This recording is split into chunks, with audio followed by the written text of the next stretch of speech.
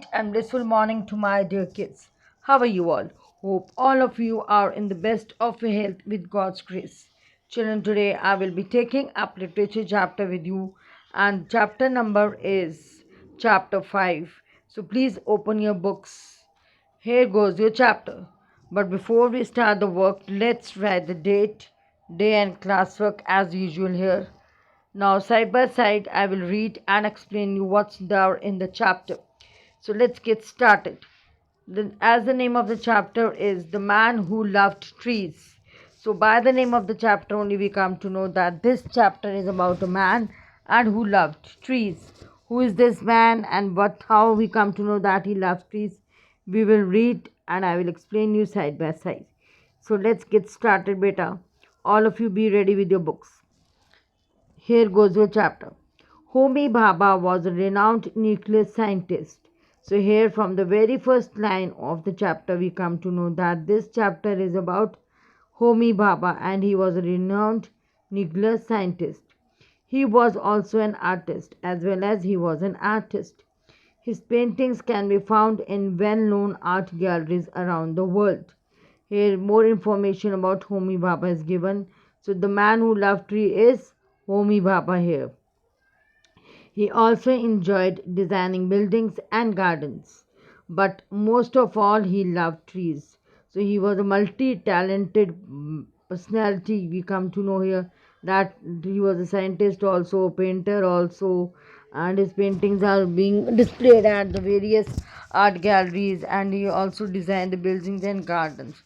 But to the most important for him was his love, his passion for trees.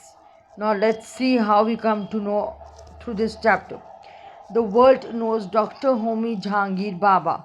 His full name is Dr. Homi Jahangir Bhabha as an exceptional scientist.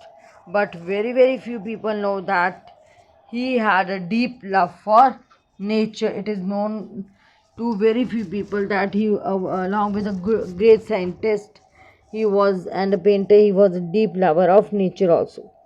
Now here are the few incidents given to us to show that he loved tree. What are these? Let's read. When the Atomic Research Center was being built in Tromsø, all the designs for the buildings and landscapes were ready.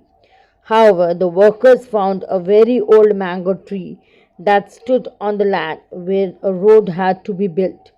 When they wanted to cut down, Homi Bhabha strongly protested.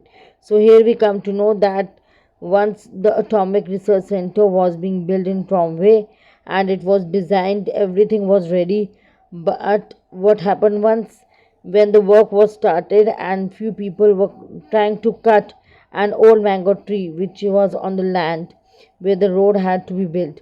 But when Homi Bhabha saw this, he strongly protested. He said, no, nobody can dare cut this tree. Now let's see further what he did and what he said. A tree that is over 100 years old has every right to live. He insisted. Please redesign this section to accommodate the tree. Now you can see he told the people that nobody will dare cut this tree, and he redesigned this part of the section of the area to accommodate the tree. Means that tree will not be cut from here, it will be remain here only. And so the tree still stands in Tromsø, a living monument to great human being. Now the tree is still here, still there in the where the Atomic Research Center is there, and it is a living monument. Means still it's a proof. Living monument to a rare human beings. It's still a proof that Homi Bhabha loved trees too much, that the tree is still alive there. So you can see how deep love he had for the trees. On another occasion, on another day, what happened? When Homi Bhabha was traveling to Tromsø, he saw some people cutting down a rain tree. Now, rain tree is a flowering tree with lots of flowers. He discovered that the municipal corporation had sold the tree because a road was going to be built there. He requested the workers to stop for a while. Then he rushed to Trombay. He called the head of the horticulture department and asked him to transplant the trees somewhere else. Now see what again his love for trees is shown here. That one time he was going somewhere and he saw some people, they were cutting a tree named rain tree, and then and there he stopped the people and requested the people to stop their work, and by the meantime he went to the horticulture department and there he requested the tree to be transplanted, means that they should plant this tree somewhere else. The expert said, the tree is in the bad shape. It will cost us too much to save the trees. Why do you want to transplant a tree that is no longer beautiful? Now, one of the experts said that its tree is too bad, it's in a very bad shape, and it will cost too much.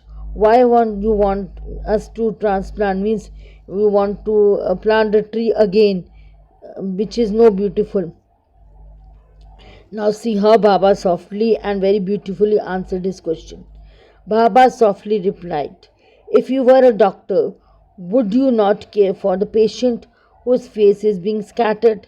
The man had no reply.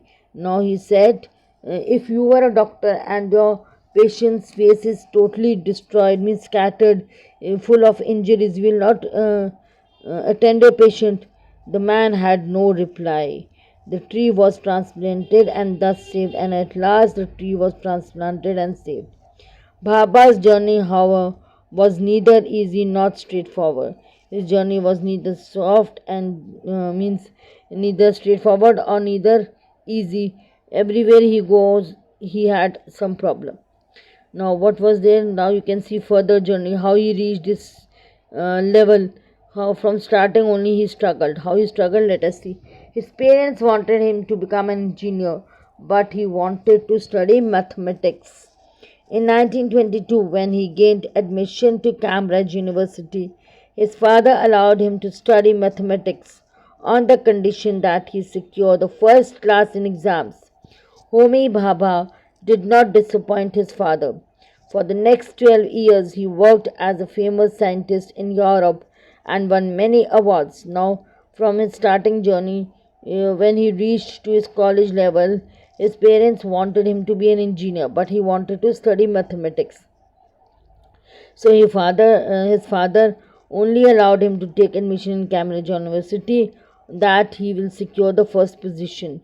So he worked hard day and night and he secured first position so that he could not disappoint his father. And for the next 12 years he worked with famous scientists in Europe and won many awards for that. In 1939, when there was a Second World War broke out, he found himself in India. After the Second World War, he found that he was in India, and now he decided to stay here only. He taught physics at Indian Institute of Science in Bangalore. So he was, you can say, a professor of physics there.